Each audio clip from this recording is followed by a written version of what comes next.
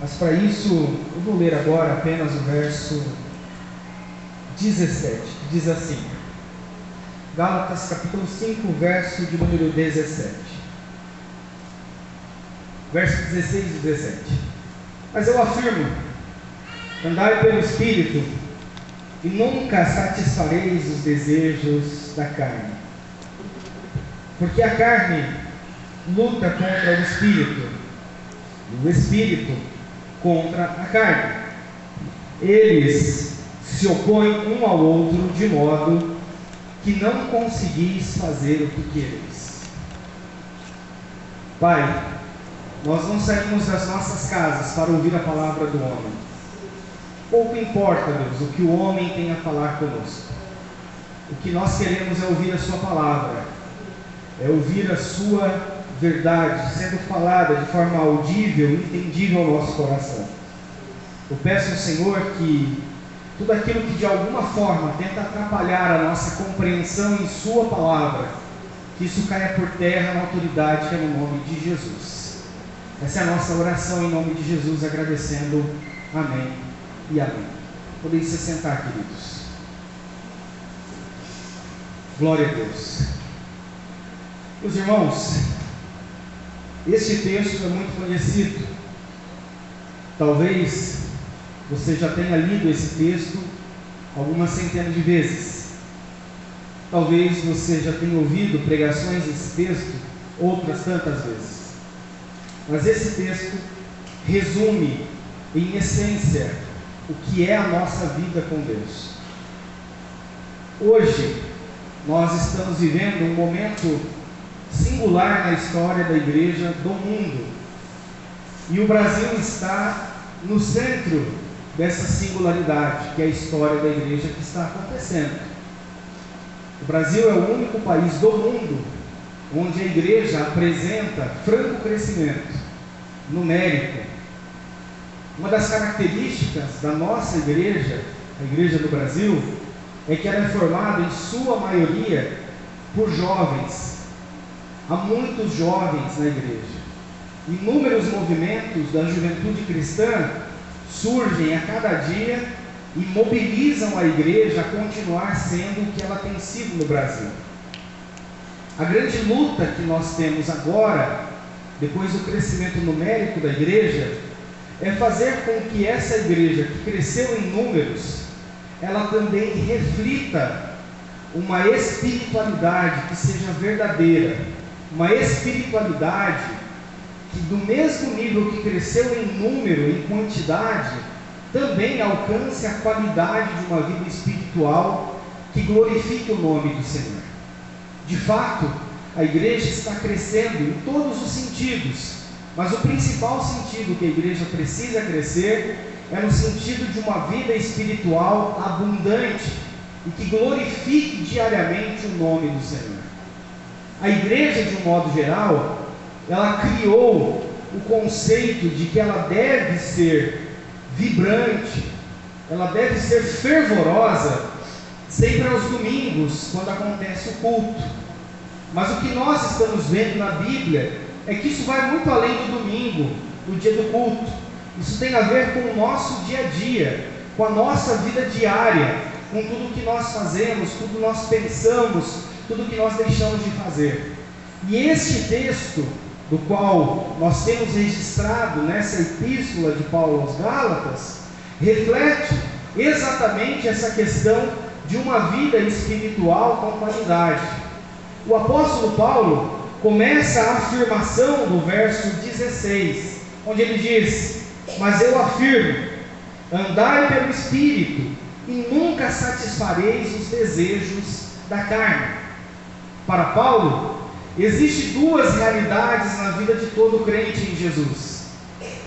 Todos nós que nascemos de novo e que tivemos a experiência de conversão em Jesus, todos nós vivemos diante dessa realidade, de que existe uma velha natureza em nós.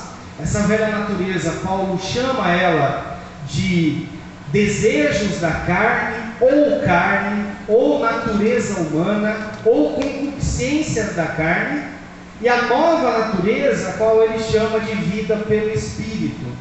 Todos nós vivemos essa realidade. Essa realidade, longe de ser uma realidade pacífica, mostrada no verso 17, é que essas duas vidas, elas estão constantemente em um grande conflito dentro de nós. O verso 17 diz: porque a carne luta contra o espírito, e o espírito contra a carne. Eles se opõem um ao outro, de modo que não conseguis fazer o que quereis. Para Paulo, existe uma luta travada dentro de cada um de nós. Essa luta entre a nova natureza e a velha natureza está acontecendo. Às vezes nós achamos que a luta que acontece é fora de nós. A luta do mundo, a luta do pecado, a luta de Satanás. Nós achamos que essa luta está além de nós. Mas essa luta, na maior parte das vezes, na maior parte do tempo, ela está acontecendo dentro de cada um de nós. É uma luta constante entre a nova natureza e a velha natureza. Tem uma história bem interessante que ilustra essa questão sobre quem vai vencer essa luta. Se a luta entre a velha natureza e a nova natureza estão diariamente acontecendo, quem vai vencer essa luta? E nessa história é de um fazendeiro que tinha duas feras bravas no seu curral de animais. E um dia ele decidiu deixar essas duas feras sem comer por um tempo. E depois passou a alimentar apenas uma dessas feras. Mesmo as duas feras sendo bravas, sendo ferozes uma contra a outra, quando elas foram soltas, aquela que estava mais alimentada rapidamente feriu e matou aquela que estava sem se alimentar. Essa história ilustra a realidade. Quem é que vence a luta do espírito e da carne? Aquele que estiver melhor alimentado. Se diariamente a sua carne está sendo satisfeita com todas as coisas desse mundo, com tudo que o pecado pode oferecer, essa com certeza se tornará mais forte e vencerá a nova natureza. Agora, se a sua nova vida em Cristo Jesus diariamente está sendo alimentada, cuidada, fortalecida, com certeza essa sairá vencedora para a glória do nome de nosso Senhor Jesus. A fera que você mais alimentar é a fera que vai vencer essa luta entre a nova e a velha natureza. Ambas estão lutando diariamente. Esse é o primeiro ponto que o apóstolo Paulo revela na sua fala, mostrando que estamos em uma luta constante dentro de cada um de nós. E aí, às vezes você pode imaginar que o problema que você está passando tem a ver com o que está fora de você. Mas na realidade, se até as coisas que estão fora fossem tiradas e você ficasse sozinho, sem nada que te perturbasse do exterior, com certeza essa velha natureza e essa nova natureza continuariam brigando entre si. E a que estiver melhor alimentada é a que vai vencer com toda a certeza. O apóstolo Paulo continua agora mostrando para nós no verso 19 o que nós podemos classificar como as áreas que nós somos atacados na nossa vida espiritual. Essas áreas são mostradas no verso 19 até o verso 21. Ele começa dizendo: as obras da carne são evidentes, a saber. E aí o apóstolo Paulo, ele usa três termos, em primeiro lugar, para mostrar essa primeira área da vida em que os seres humanos são atacados. Esses são os pecados de natureza sexual. Ele diz: imoralidade, impureza e indecência. Algumas traduções traduzem ali indecência por lascívia. Para Paulo, na nossa vida e na nossa luta diária, nós temos que enfrentar pecados dessa área que nos atacam diariamente: a imoralidade, a impureza e a indecência. Em algumas expressões, em algumas traduções da Bíblia, a imoralidade é traduzida por prostituição. Melhor significado seria imoralidade, porque aqui não está falando apenas da prostituição, está falando de todos os pecados da natureza sexual. Esse termo, imoralidade ou prostituição, é o termo grego porneia, onde dá origem à nossa expressão na língua portuguesa, pornô ou pornografia. Para Paulo, existe uma vulnerabilidade na vida de todos os seres humanos que envolvem essa questão da sexualidade, a imoralidade, a impureza e a indecência. Por imoralidade, entenda todos os pecados que são classificados, que violam a lei sagrada do matrimônio. Qual que é a lei sagrada do matrimônio? O casamento é dado entre um homem e uma mulher para a vida toda. Todos os pecados do qual o homem busca satisfação sexual, buscando a sua satisfação humana, fora dessa realidade do casamento entre um homem e uma mulher para a vida toda, são classificados dentro dessa questão da imoralidade. Quando começou a pandemia, lá em 2020, e a Itália foi um dos países que mais sofreu logo no início da pandemia, existe um programa de streaming que faz transmissão de vídeos chamado Pornhub. O Pornhub, ele foi liberado para todos os italianos por tempo indeterminado, para que eles consumissem pornografia enquanto estivessem em lockdown, em quarentena, mostrando a condição do ser humano. O ser humano perdeu totalmente senso de moralidade. Existe essa luta que diariamente nós temos que enfrentar. As nossas crianças diariamente são erotizadas. Se nós olharmos o que é feito com nossas crianças nessas plataformas, como o TikTok e outras plataformas digitais, nós ficaríamos assustados. Tamanha imoralidade que as nossas crianças diariamente estão sendo expostas. Isso é imoralidade, isso é impureza. Nós estamos falando também de um outro ponto, a saber, no final do verso 19, que considera aquilo que é chamado de lascívia, ou, como diz o texto, a indecência. Lascívia ou indecência. O que é a lascívia? O que é indecência? É quando o homem e a mulher usam o seu corpo para insinuar a outras pessoas. E vocês vão concordar comigo que nunca se pagou tão caro para tão pouca roupa como nós temos. Ah, pastor, misericórdia, você vai falar de roupa na igreja? Eu vou falar do que na igreja? Vamos falar do jogo do Brasil amanhã, Brasil e Suíça? A decência é um princípio bíblico que precisa ser respeitado. E quando nós estamos falando de indecência, é quando o corpo humano está sendo exposto da forma mais vulgar possível.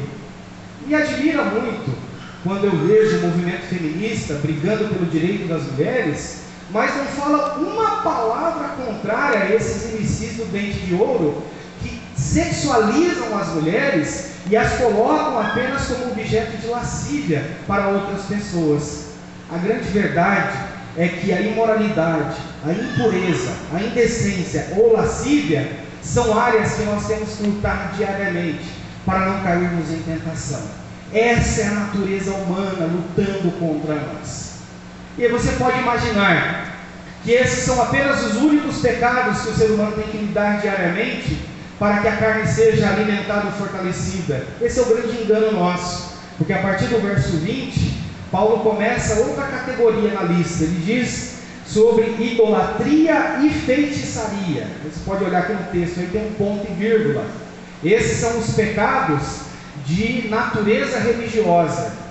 Quando ele usa essa expressão idolatria, é justamente fazer para si outro Deus. É quebrando o segundo mandamento: não terá para ti, não fará para ti imagens de escultura.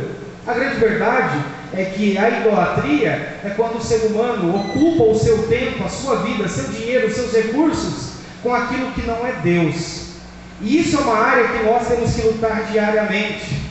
Quantas vezes, irmãos, o que nós temos, a grande verdade é essa: nós estamos falando de gente que lá atrás tinha o pôster do Bruno Marrone na parede do quarto, ou o pôster do Silvio Santos, E hoje o que nós temos é pessoas, tem um pôster desses cantores de igreja famosos aí, que fazem milhões ganhando dinheiro nas custas das pessoas. Essa é a grande verdade. A idolatria, ela não é só a realidade daqueles que todo dia 12 de outubro vão até a Aparecida do Norte prestar culto à imagem. A idolatria acontece diariamente quando nós fazemos com que outras coisas, que não é o próprio Deus, ocupem o lugar de Deus nas nossas vidas. Quantos estão entendendo? Digam amém. Amém. Não vou perguntar se você está gostando. A realidade é que as obras da carne, mostradas nesse texto, são o grande inimigo que nós enfrentamos na nossa vida. Seja na ordem de natureza sexual, seja na ordem de natureza religiosa, como nós estamos vendo no verso 20. O outro texto é o feitiçaria. O outro termo usado aqui dos pecados de natureza religiosa é a feitiçaria. E eu não estou falando daquela feitiçaria apenas na invocação de espíritos mortos, de guias das religiões que invocam esses demônios. Eu não estou falando apenas disso. A expressão usada por Paulo aqui no texto, feitiçaria, é um termo muito conhecido nosso, que é a farmaqueia, que dá origem à nossa expressão farmácia. Na antiguidade se usava muitos elixir, muitas fórmulas para que o homem alcançasse a experiência transcendente. Essa é a ideia do uso dessas substâncias químicas por trás da vida humana, é com que o homem, o ser humano, fuja da dura realidade que é a vida, e ele busca por meio das drogas e desses meios de entorpecer-se, encontrar esse alívio para o coração.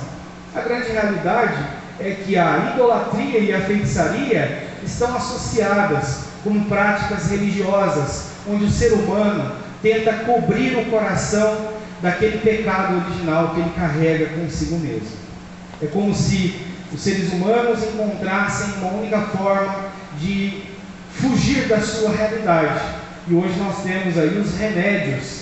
Nós nunca vimos uma geração tão drogada como a nossa. Eu não estou falando apenas da droga, do crack, da cocaína, dessas drogas ilícitas. O que eu faço referência aqui são aquelas drogas que seres humanos tomam diariamente para aliviar a dor da consciência, quando na verdade o que elas precisam é um encontro real, verdadeiro e sincero com a pessoa de nosso Senhor Jesus.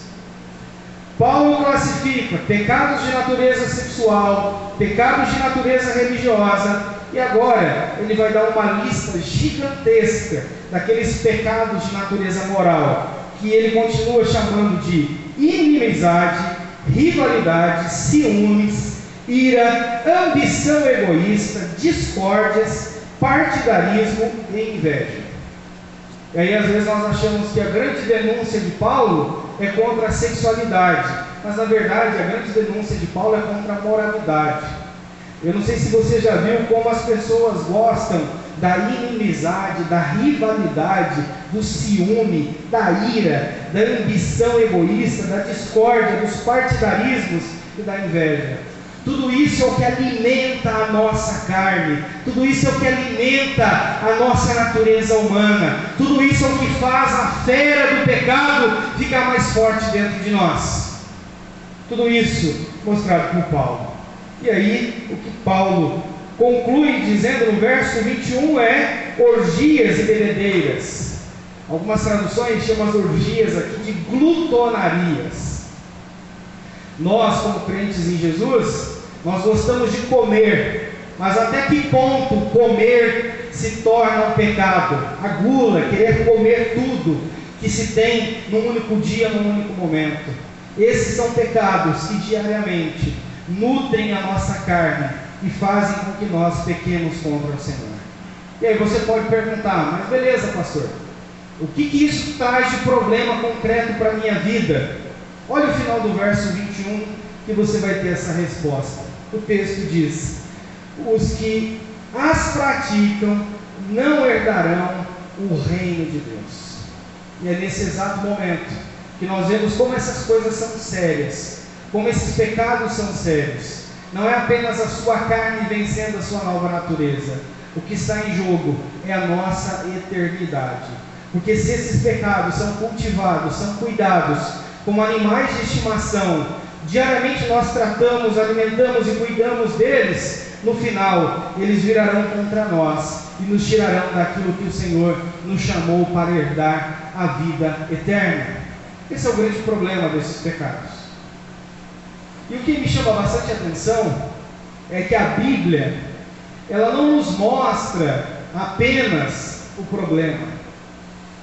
E o que faz da Bíblia, a palavra de Deus, ser tão completa, tão perfeita, tão absoluta é isso.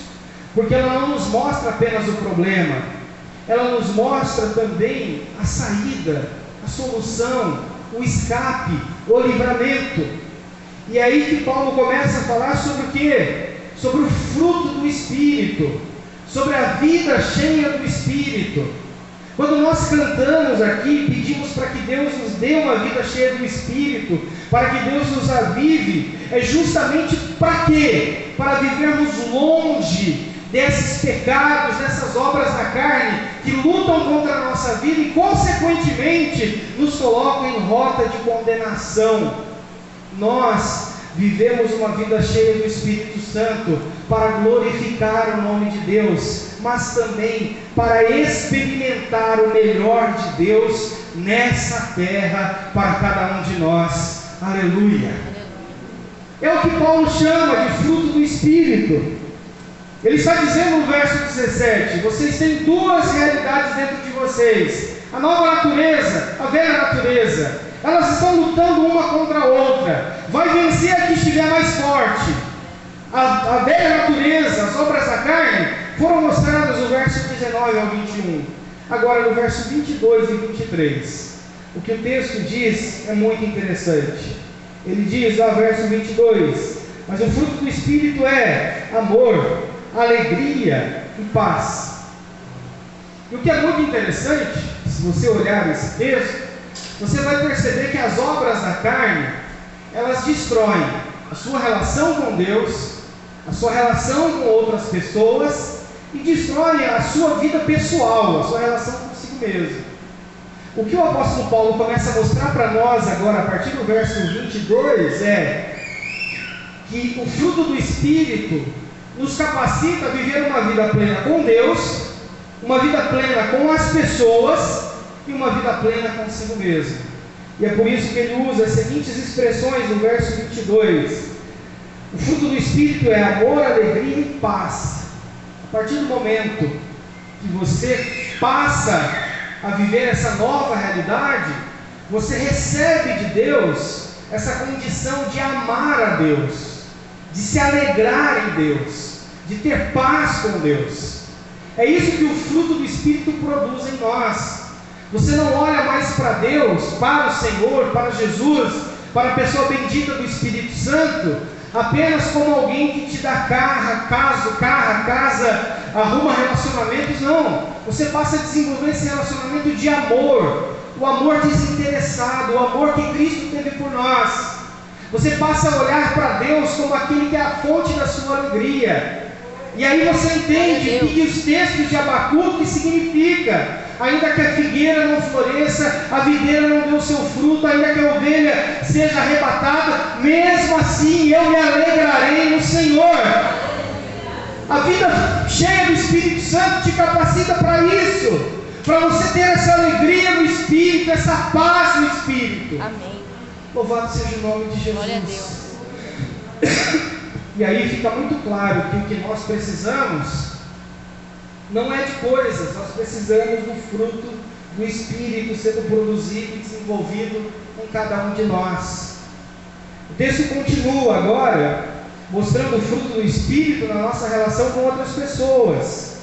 Ele diz: longanimidade, benignidade e bondade.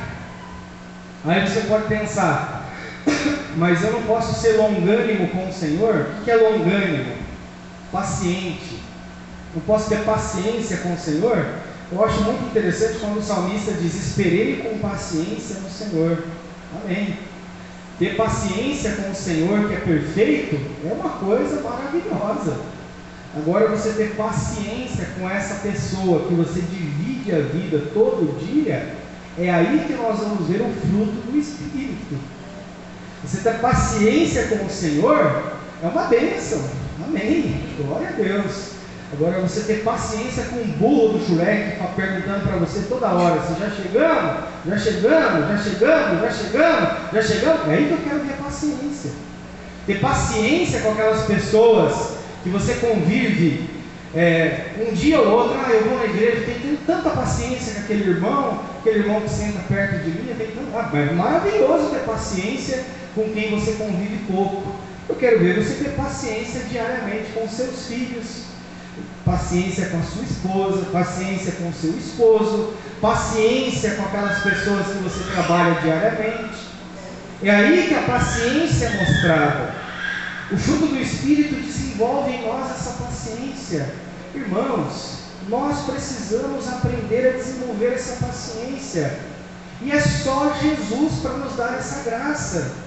Admiro-me muito a paciência de nosso Senhor Jesus, que quando foi crucificado, morreu e ressuscitou ao terceiro dia. Se fosse qualquer um de nós aqui, nós não queríamos mais nenhum contato com os 11 que sobraram. Nós já íamos bloquear os 11, não ia seguir mais ninguém ia mais ver nossa publicação, cortamos relações. Mas o que Jesus faz naquele exato momento da sua ressurreição, mostrando sua paciência, é querer se relacionar novamente com os 11 que haviam pisado na bola com ele. Isso é o que nós aprendemos sobre paciência com o nosso Senhor Jesus. Amém? Tenha mais paciência com seu marido, com a sua esposa, com seus filhos. Tenha mais paciência. Seja mais paciente com a sua igreja, com os líderes da sua igreja. Tenha mais paciência. É o que nós somos chamados a fazer, vivendo essa nova vida do Espírito. O texto continua dizendo: longanimidade e benignidade. O que é benignidade? Educação. Eu não sei se você já percebeu como as pessoas são cada vez mais mal educadas. Gente grosseira, gente estúpida. Que o sangue de Jesus tem poder. Quando nós olhamos para o texto pede para que nós sejamos com outras pessoas benignos. O que custa responder quando perguntam alguma coisa para nós? Eu não sei se você já percebeu como nós somos grosseiros, estúpidos, ignorantes com aquelas pessoas que nós consideramos que estão abaixo de nós. Nós vamos lá no supermercado e aí nós tratamos o pessoal que passa as compras ali na caixa registradora como se fossem empregados nossos, e como se fosse um direito ser mal educado com aqueles que trabalham para nós. A verdade é uma só: sua fé, a sua religião, ela é muito mais mostrada da maneira que você trata o frentista do posto, a caixa registradora do supermercado, o cara que leva as suas compras até o carro, do que muitas vezes na hora do culto ao Senhor. Essa é a grande verdade. O texto deixa claro que isso é um fato. A nova natureza, ela, na relação com outras pessoas, está sempre a ideia da benignidade. E por fim, Paulo diz sobre bondade. Bondade é o que? É a generosidade. É nós agirmos de forma generosa com as pessoas que estão à nossa volta. Como nós compartilhamos as coisas que estão à nossa volta. Eu não sei se você já teve essa sensação dentro de si. E quando você começa a examinar a si mesmo, você tende a descobrir essas coisas em você. Às vezes, nós temos mais gosto em jogar as coisas no lixo do que doar as coisas para as pessoas que estão à nossa volta. Isso mostra como a nossa natureza carnal, a nossa velha natureza, ela está dominando a nossa vida. A nova natureza é diferente.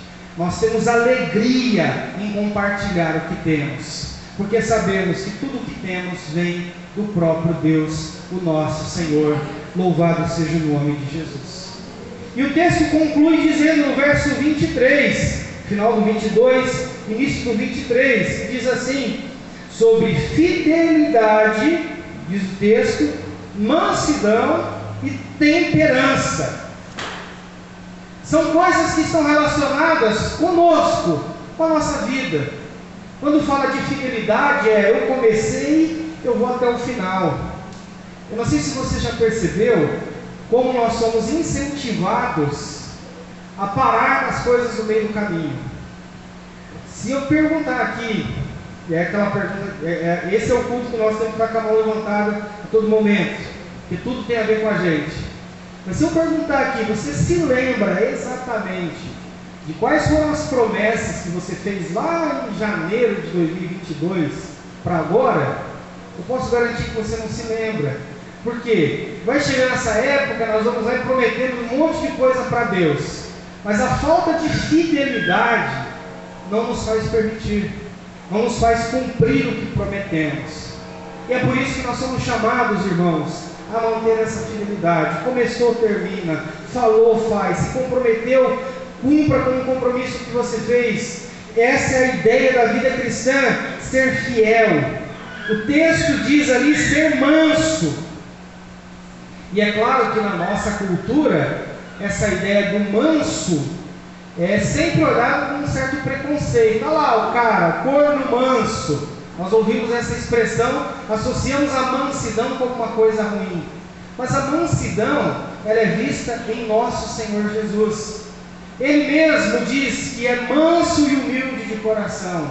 E mesmo sendo manso, quando ele chegou no templo e estava vendendo coisas no templo, ele pegou o chicote e desceu o chicote em todo mundo. A mansidão não é você ser um sorvete de chuchu, mas é você ter um espírito dominado pelo Espírito Santo. Glória a Deus. De modo que aquilo não domine você, que a raiva, que a ira não domine você, mas você seja dominado pelo Espírito Santo. E por fim o texto fala sobre domínio próprio. Algumas vezes nós ouvimos essa expressão de que eu preciso de uma autoajuda. Na verdade você já tem a ajuda do alto para ter domínio próprio. Essa é a grande verdade. O que nós temos nesse texto é a velha natureza com tudo que ela produz e a nova natureza com tudo que ela pode produzir. E a pergunta que fica é uma só: quem é que você está alimentando? A velha natureza ou a nova natureza? Quem estiver melhor alimentado vai vencer essa luta. E eu quero encerrar aqui agora, junto com vocês, fazendo algumas reflexões de tudo que foi falado até aqui. E esse é um ponto importante. Você há de concordar comigo, aqui nas considerações finais, que é mais fácil viver na carne do que viver no Espírito. Sim, é mais fácil. O problema é que quando se vive na carne, o resultado é um só: treva, abismo, condenação. Então não busque o que é mais fácil, busque o que é a vontade de Deus para a sua vida.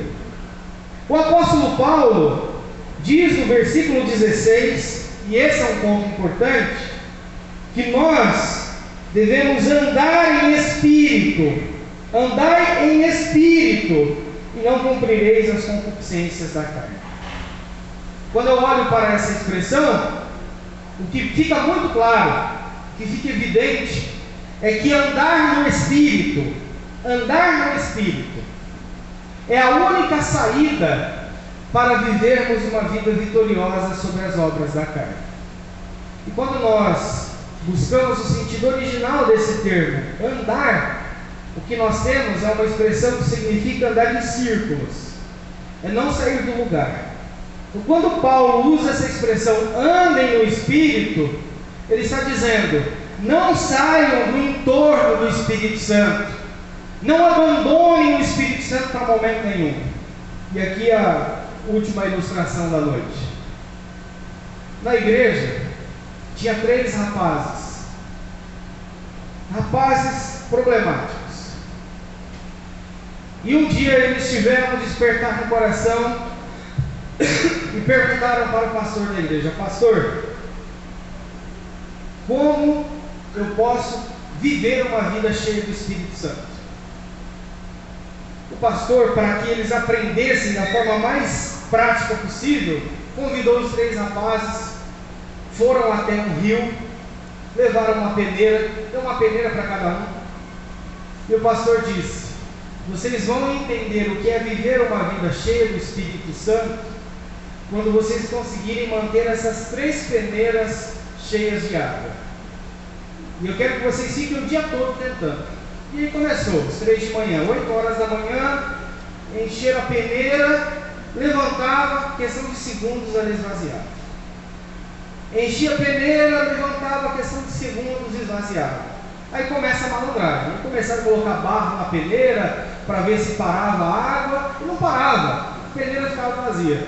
No final da tarde, os 3 já sendo dominados pelas obras da carne, com muita raiva do pastor, o pastor chegou para ver como é que estava e falou: pastor, o senhor deve estar de brincadeira com a gente. É impossível manter essas 3 peneiras cheias. A gente já tentou de tudo. Toda vez que elas saem da água, elas se esvaziam. E aí o pastor disse: vocês acabaram de responder a pergunta. Porque a única forma dessas 3 peneiras ficarem cheias é a partir do momento que as 3 peneiras fiquem mergulhadas constantemente na água. Glória a Deus! Irmãos, naturalmente nós vazamos o Espírito Santo. Nós temos vários furos na nossa vida em que vaza a presença de Deus. E a única forma de parar de vazar e se manter cheio é ficar na presença de Jesus para todo sempre. Isso é andar no Espírito, é mergulhar na presença de Deus. Aleluia! E aí você vai ver que a fera do Espírito é mais forte e vencerá as obras da carne. Louvado seja o nome de Jesus. Glória a Deus. A Deus seja honra e glória pela divulgação de sua bendita palavra.